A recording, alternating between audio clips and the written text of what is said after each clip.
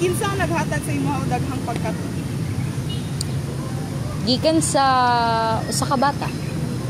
Nakahinumdum ko sa panahon nga giignan ko sa usa ka bata nga gusto niya maging inahan.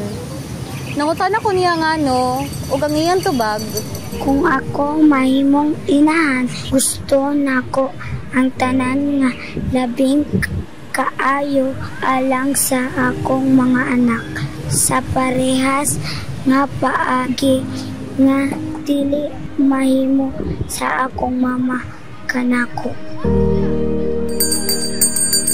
Ang akong mama wala nahigugman ako. Wala siya gaisip kung unsa ang labing maayo para sa ako.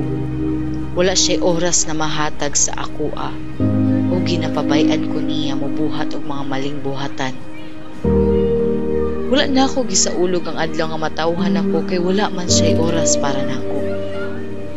Ipamatud-an na ako nga akong kaugalingon og ipasigar ko siya. Apan gipabati niya kanako nga dili gid ko sakto para niya. Paunsa gianto sa usa ka inahan nga magtan-aw sa imuha nga nanlisod. Ginapangutanan ako akong kaugalingon kada adlaw. Nganong giing ato ko sa akong inahan. Break the cycle. Treat your child with care.